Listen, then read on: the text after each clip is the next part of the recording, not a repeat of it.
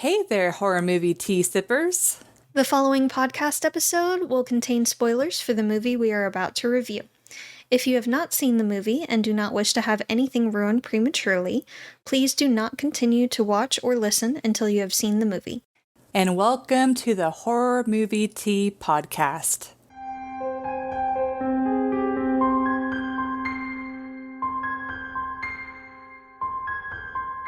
Today, we are covering Studio 666, which was a request by our frequent guest, V.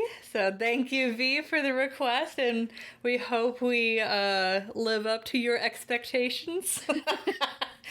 But before we get into the review, let's grab our cups and talk about tea.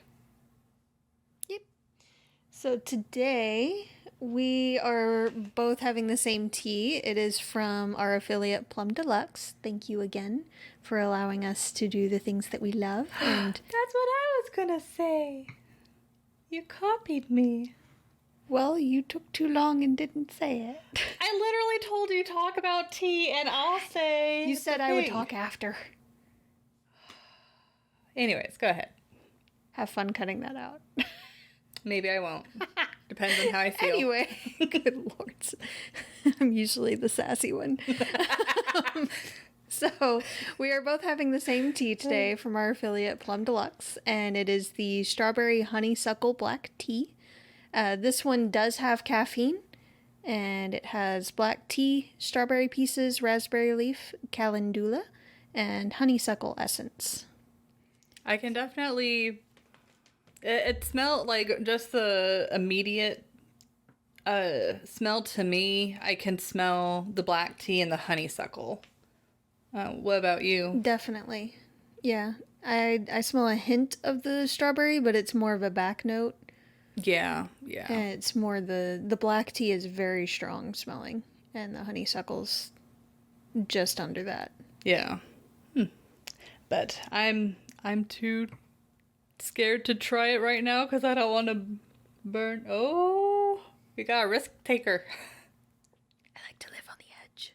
Is it hot? It's a little toasty, but it's not like gonna scald your tongue right out the gate kind of hot. See? Sorry for those wet noises. I did not mean that.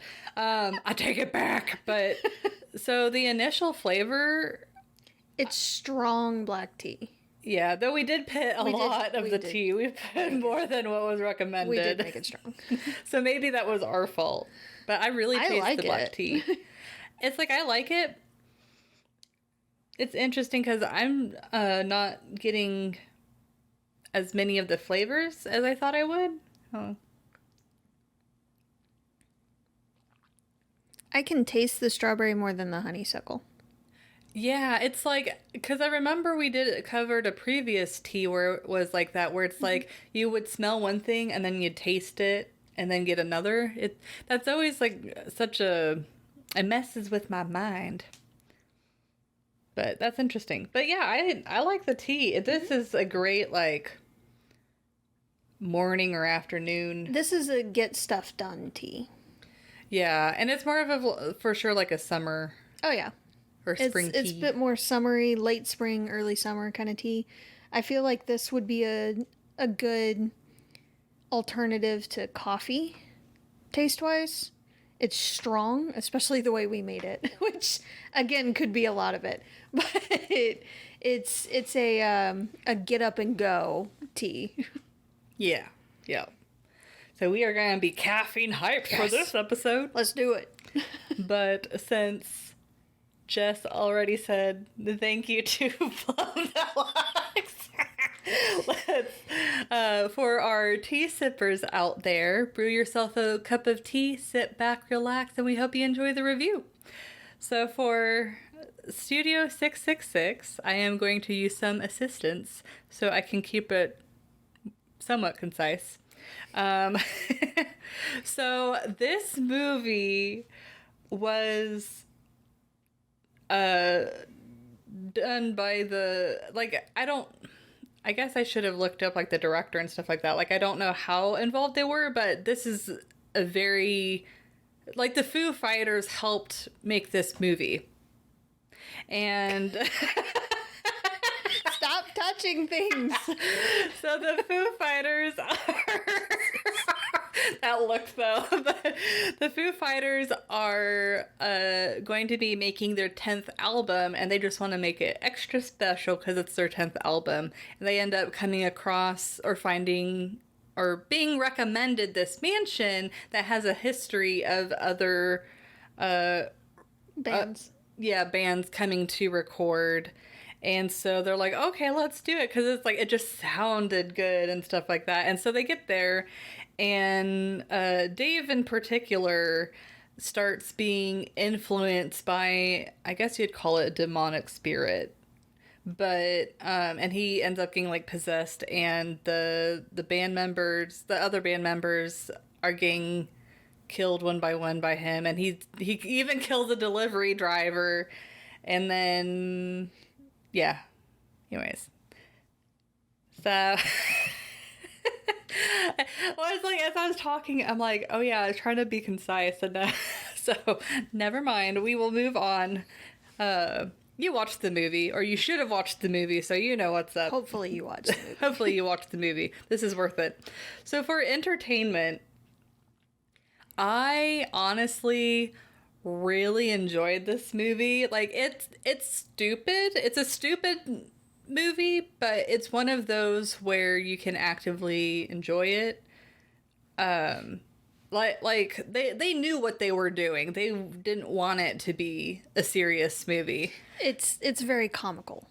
Yes, there's a lot of jokes. So I am going to rate it a 7.5 because it's like after we finished the movie, I was like, I kind of want to go ahead and rewatch it tomorrow. Like I actively wanted to rewatch because it's just so ridiculous, and it's very well done. Mm-hmm. Like, whenever V recommended this movie, we were like, oh no. We had concerns. This is going to be awful. And it's like, they knew exactly what they were doing. It's well done. It's a dumb horror movie, but they've got, like, great jokes. They follow a lot of the tropes and play on those tropes. It's a cool movie, but what's nice about the jokes is, you know, because a lot of horror movies will do like cringy jokes, but these were like legitimately funny. Like there was one point where me and Jess had to like pause the movie because we were laughing so hard we couldn't hear what was happening. Toward the beginning too. Yeah. Don't touch my booba or something like that. Because they're just like intensely staring at each other while you're hearing. That's not what they said. What?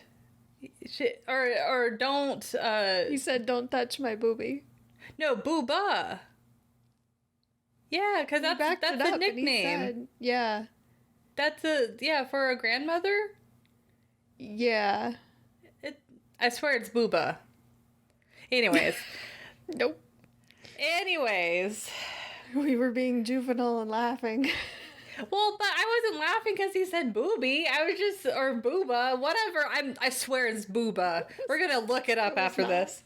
But, guess that doesn't make any sense. But anyways, okay. They also had an E at the end instead of an A on the subtitles. But that one, okay. We're not going to get into this. You can tell us in the comments below and verify what we said, or maybe I'll like hop in the comments later and be like, "It's booba." Anyway. Let's continue. You're the one that interrupted me, the jokes are legitimately funny. Like they knew what to do with the comedy. There are some cringy jokes naturally, but they weren't like painfully they're like appropriate for the scene. And you could also say the soundtrack is really good. You could say that it rocks. But I mean, it's the Foo Fighters. It's like they better have a decent soundtrack. But you, just kind of the tone of this movie, it very much feels like a Tenacious D movie meets horror in a lot of ways. Because it's very focused around the band and then them trying to get the album out. And then one thing that was kind of impressive is I wasn't really expecting some of the scenes to actually be legitimately creepy. There wasn't really a point in time that I'm like, oh my god, I feel unsafe. But it's just kind of like, oh, that creepy ghost in the background with red eyes, like that's creepy. Yeah, a little unnerving. Yeah, that's a good way to put it. It's unnerving. And I thought that they did really good with the kills. They weren't. I mean, there's like maybe one or two that are like cookie cutter kills, but a lot of the other kills were pretty creative. Like with the, I don't remember what that's called. The part of the drum set, the ding ding. I don't know drums very well. I'm sorry. Pretty sure they're symbols. Oh, okay. So I think. no, but isn't that the triangle? No, the triangle is the triangle. It's No, I don't know. Okay. The ding ding. Okay, so while she's looking that up to verify, well, another thing too is the story itself is a very typical like haunted house horror story, but I was okay with that because it doesn't really seem to be the point and focus of the movie. It has a strong sense of what they were going for as far as like the tone. Like it doesn't. Yes. symbols with a C. I was right. Oh, dang. Okay. Oh.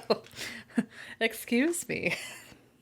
Anyway, But the movie has a very good and a strong sense of what it's going for. Like there's so many of these types of movies where it's just completely chaotic because they just like lose focus and it just goes everywhere and it's very hard. I think that's why a lot of these types of movies get a bad rap. But this one in particular, I mean, it kept a similar tone all the way through. It was very consistent. Like this is a surprisingly like well-made movie for what it is.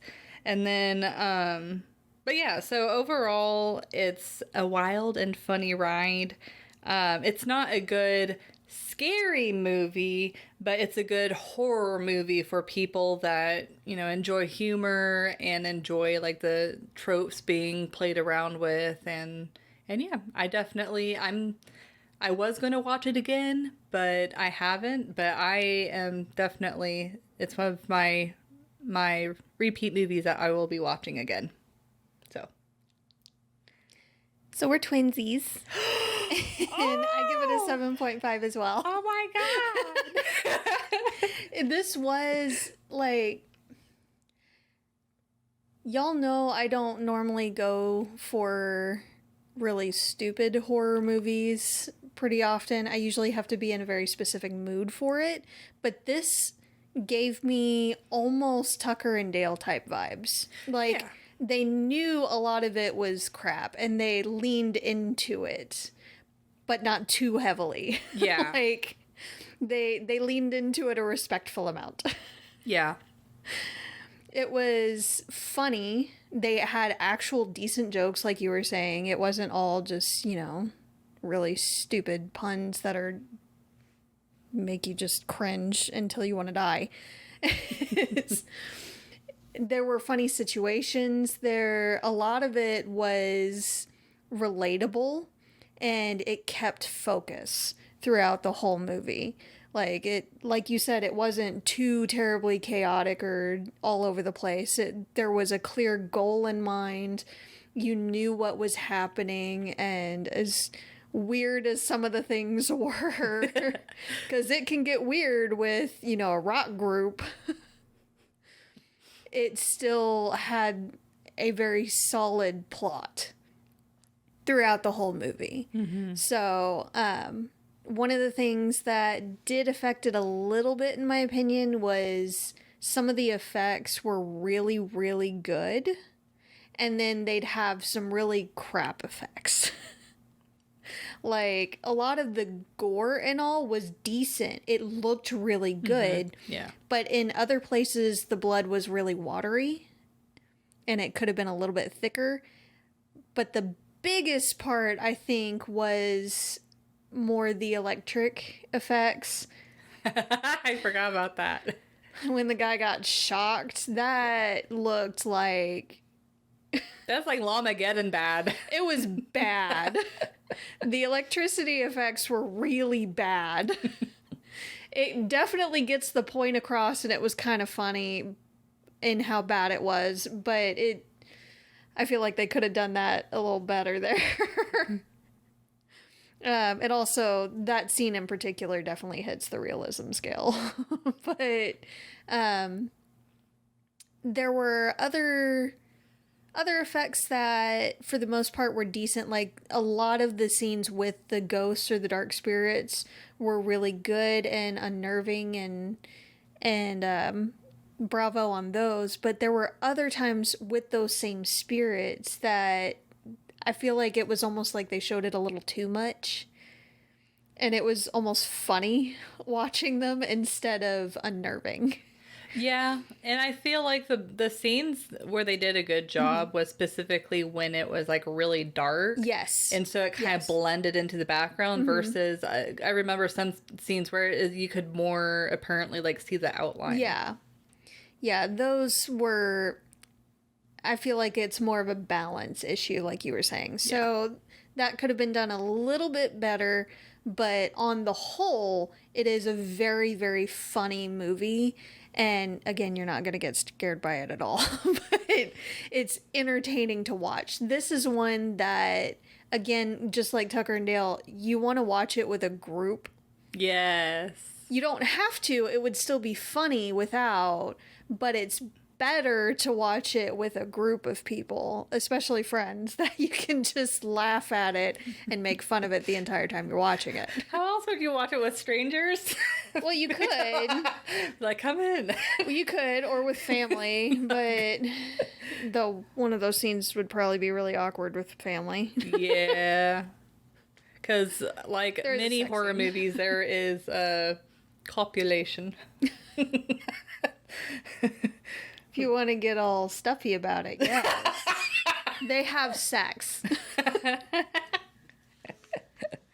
Well, I hope the mics don't pick that up. Yep. We At least just- it didn't last long. There was a barrage of car alarm noises. This is fine. But anything else you'd like to add to entertainment? No, I think I'm good as far as that goes. It's more the realism as per usual with me. And shockingly, I don't have too many notes with that. I think we definitely made that too strong. Yeah, I feel like it needs a little bit of honey, like actual honey. Ooh, that might complement the honeysuckle. I think it would. I think it'd draw it out a little more. Yeah, and I do feel like whenever you oversteep tea, the bitterness just comes out It can. all the more. So I think I made a oopsie poopsie because I did this isn't Plum Deluxe's fault. This is my Oh, fault no, because I yeah. literally did twice the amount that they recommended because I'm like YOLO. Again, I'm fine with it.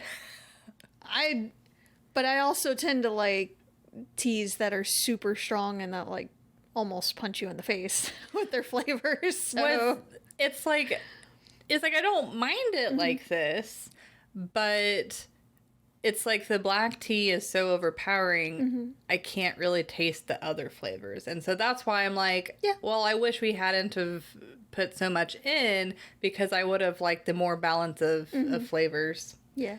Yeah, because it's like I find like whenever you do like lighter brews, then you can get more of like the fruit notes and all of that. Yeah. But then you get like less of the black tea. It's a balance. It is. And we're still trying to find that balance. But anyways. This is fine. So for realism, I would give this a 2.5. And just... This movie was not made to be realistic. And honestly... it not being realistic, doesn't take away the entertainment for me. It does take away, like, the inconsistency of the effects is really the only disappointing thing about the realism. Like, as you said, like, if it'd be nice if there's more consistency in, like, the blood and stuff like that, but that, I mean, that doesn't what. You want more consistency with the consistency of the blood? Yes. Yes. So do I. Consistency everywhere. Yes, so do I. But in reality, I mean, me and Jess obviously both really found the movie really entertaining. Yeah. So it's I was surprised by how entertaining this movie was. Because it seemed like you weren't really looking forward that much to. I was hesitant about this movie. Like, the premise of it, when we read the description, sounded interesting, but it also sounded like kind of a B movie or or a home movie almost. That the band was like, you know what, let's do it, and they were just kind of effing around. But after watching it, it was surprisingly good. Yeah.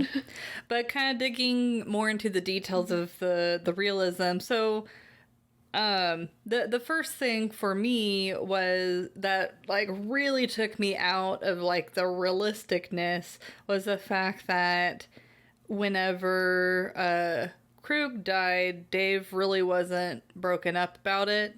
And it's like yes, at that point he was impacted by the demonic spirit, but he wasn't that impacted. So it just seems like it was a little bit too fast of a progression for that particular part. It would have been kind of cool if they played around a little bit more with, like, Dave versus, like, the demonic spirit, but that was the only part, and that might have been, like, just a consistency issue too, because I feel like through the rest of the movie they had a pretty good progression of Dave leaning more and more into the demonic spirit.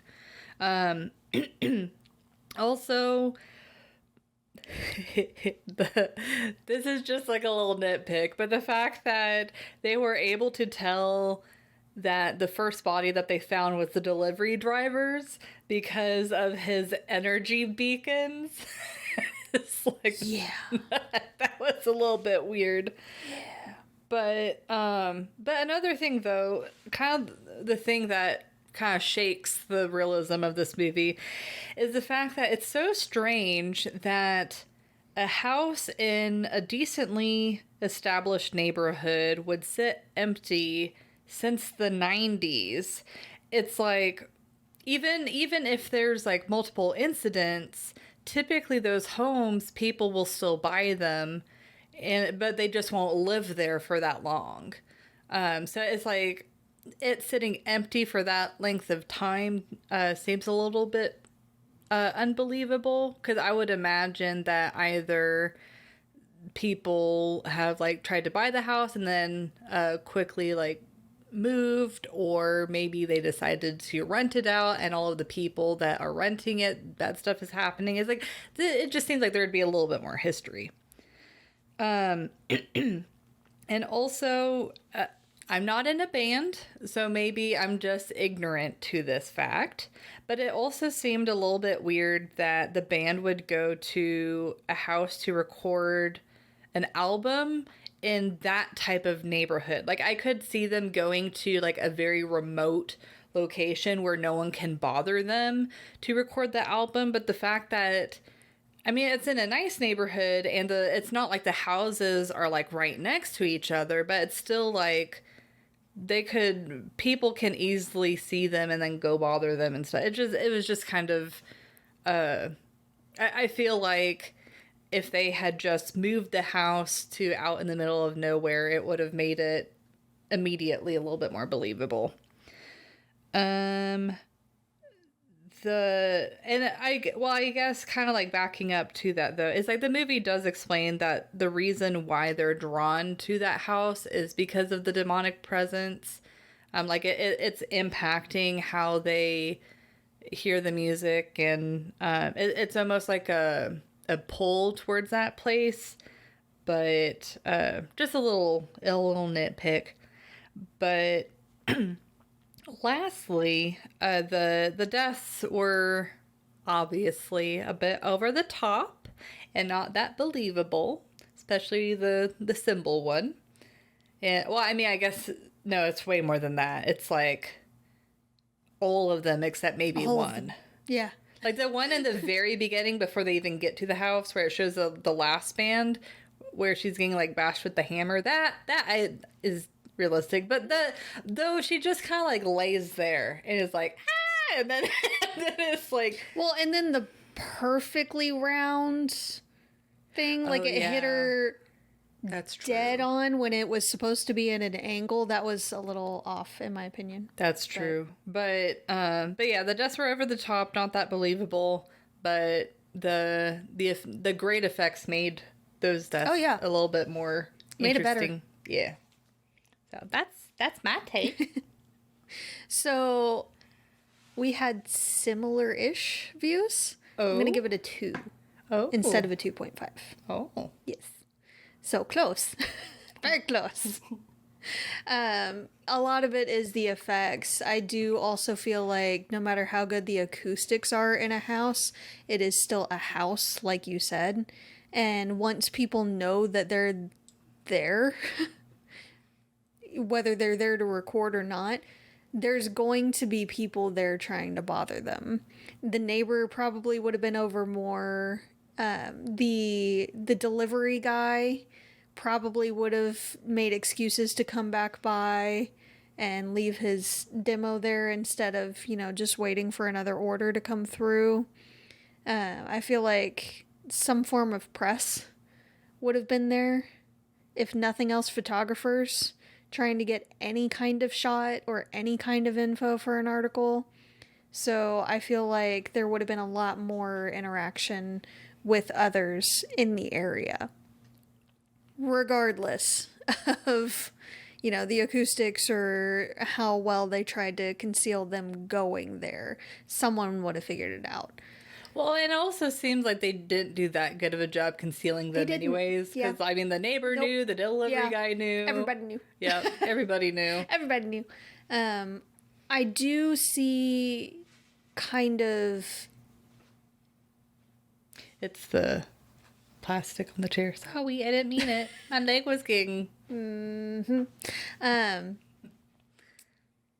With Krug, I kind of got the impression that they weren't really close at all. Dave was a bit of a dick to Krug when setting up the drums as well. Yeah, so that was really funny, though. They had a bit... It was funny.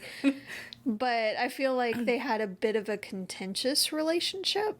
So I could see how he wouldn't really be broken up about Krug's death. And he's also really under the gun with trying to get the album out. Like, they've already had a lot of pressure from the studio, or the recording company. Yeah, whatever those are called. Record label or... Yeah, the label. Yeah, thank you. My mind had completely blanked. They've had a lot of pressure from the label trying to get their next album out, and they haven't even started. So I get him wanting to really try to push through. I feel like that wouldn't have happened in a timely fashion. Like, they wouldn't have just carted off the body and been like, yep, you're still good to record. Everything's fine. No, there would have been an investigation. There were burn marks all up the wall from the outlet. Like, they would have had an electrician come out and check the wiring and everything, make sure that it's still safe for them to even be there. If they can't even plug something in to an outlet without, sparks and fire and everything, then that's a problem. They would have had an ongoing investigation to make sure that it wasn't foul play or anything, and that would have taken at least a couple of days. At least. So, no. Plus, Funny as it is, no. typically when that happens, there's also like a mourning period. Yeah, So it's there's like a mourning period. But they were immediately like, okay, let's move on. No funeral, really, nothing. They didn't show any of that. Nah, we're just gonna get right back into recording immediately. Yep. No. So it didn't really sit right. Also, with the delivery driver's death, they're over here like, yeah, that's what he was wearing. Yet no one saw him drop off the food, so they had no idea what he was wearing. So for them to identify him by the clothes he was wearing and be like, yes, this is his energy. Well, I think it's because he was wearing a uniform, because they did see him once in the uniform. His clothes were still different, though, I feel like. I just remember the uniform. I don't know. It seemed a little off. Yeah, that whole scene, them being able to identify him was just kind of weird. Yeah. So, then the effects took it out. Also, when they're going through the house looking at everything, they would have checked, I feel like, every room, including the basement, and there would not have been any lingering effects from any of the previous residents. I feel like that's usually taken off site to be dealt with, or if there's anything left, it might have been in like an attic. I doubt it would have been left in a basement, especially if it was a band that had been staying there previously and they had already recorded some of the track. I feel like whatever label they were with would have taken that and had tried to use it with a different band. Personally. Yeah. I think that's Or it would have been seized as evidence since, it was a murder. But okay. This is fine. I don't know. So there are just different various little things that seem just a little bit off. The kills were definitely ridiculous. I counted it more toward entertainment than realism because they're not realistic. They're funny, but they're not realistic. Yeah. Some of the gore was decent, which I appreciated. They didn't really half-ass the gore or the effects in those regards, apart from the electricity scene. But so it made it more entertaining to me that they use the decent effects on those kinds of things, usually. But the kills themselves are not in any way, shape, or form realistic. Yeah. So. But we've said before, this movie's not meant to be realistic. It's meant to be funny and entertaining. But that's all I had for that. Oh, I lied. One other thing. I don't buy the food being strewn all over their equipment and instruments. Oh. At all. I do see them partying and everything. I do see that. That makes complete and utter sense to me. But when you see ramen noodles on amps and things like that, I'm calling BS on that. I could be wrong. There could be some others out there, but I've met a few musicians that baby the ever-living crap out of their instruments. Don't you dare breathe in their direction the wrong way. So I'm not really seeing them throwing the guitar down and storming out of the room, or ramen noodles on amps, or other various food items strewn all over their other instruments. I don't see it. I see maybe a container of food, likely empty, left on the drum set or the keyboard or something like that. But I don't see stuff draping over and dripping off of it. No. But that's just me.